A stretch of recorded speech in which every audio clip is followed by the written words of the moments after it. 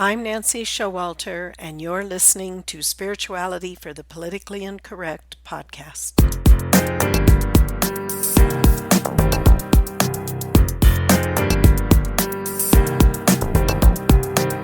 Welcome, all radical paradigm shifters and creative change makers.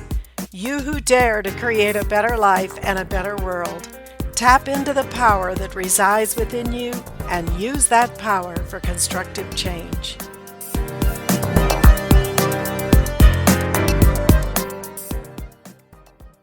Hi, welcome back to my podcast, the place where truth cuts through the fluff and we dive deep into the spiritual meaning behind what others might call everyday life.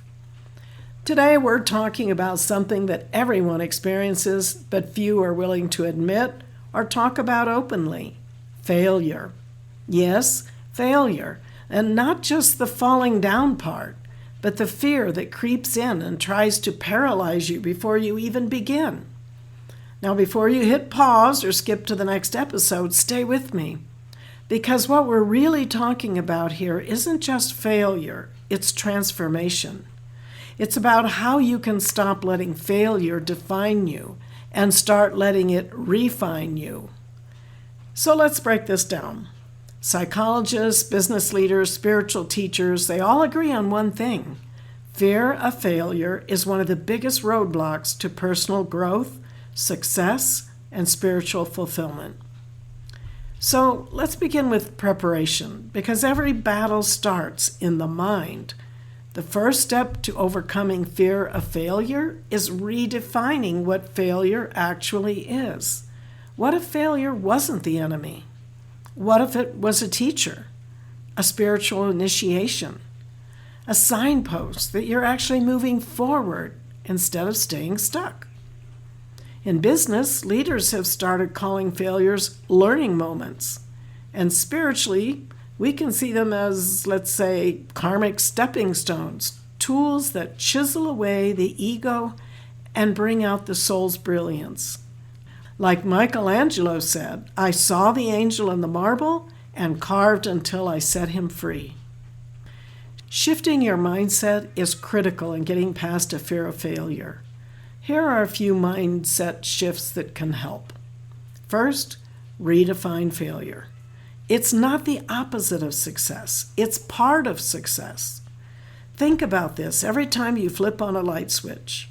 It was not until 1879, a full 72 years after the first breakthrough experiment, that Edison, after about 2,000 failed attempts, produced what we now call a light bulb.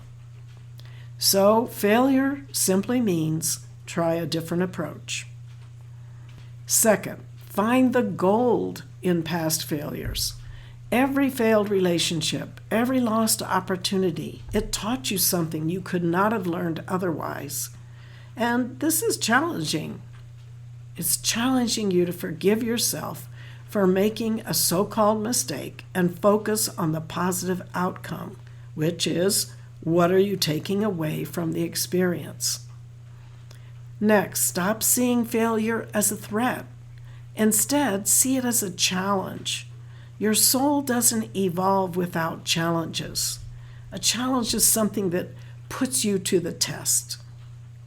Then, set approach goals and not avoidance goals. Now, what I mean by this is, don't set goals like, I hope I don't mess this up. Rather, set goals like, I'm going to learn something new today. Feel the difference? It's important what you say and what your words mean and convey to the universe. Preparing this way shifts your frequency and perspective. You go from fear to curiosity, from contraction to expansion. Now, let's talk about confronting fear in the moment, because preparation's great, but at some point you have to walk through the fire.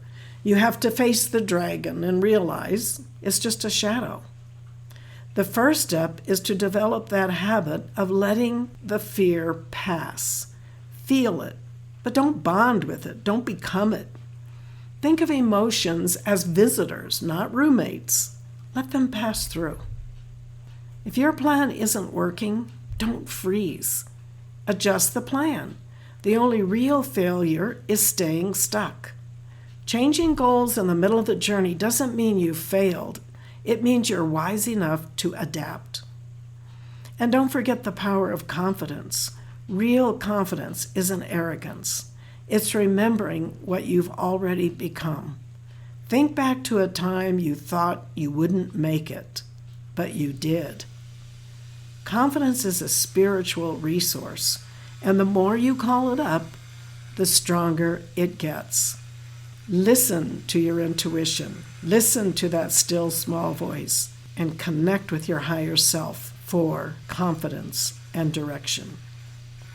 Of course, even with all the right tools and mindset, failure can still happen. That's part of life on earth.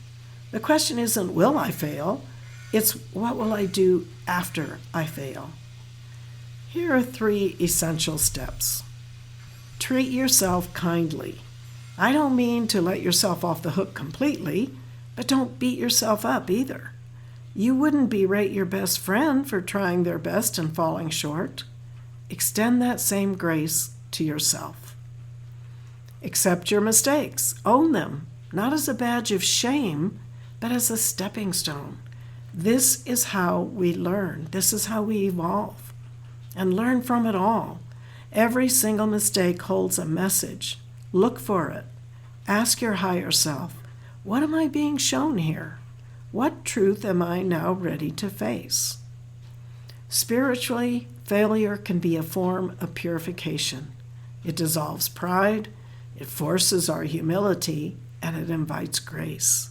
It's how we come to know what's really important and who we really are. If you're afraid of failing right now, let me offer you a new perspective. Maybe the fear is there because your soul needs to grow.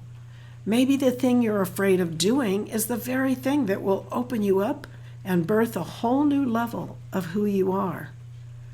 So redefine failure. Confront it with courage. And if you fall, fall forward. Rise again, stronger, wiser, more connected to the divine spark within you. Thanks for joining me today, and if this episode spoke to you, share it with someone who's in the midst of a challenge. And remember, every so-called failure is just part of your path to greatness. Until next time, stay grounded, stay real, and stay spiritually awake, even when it's politically incorrect to do so.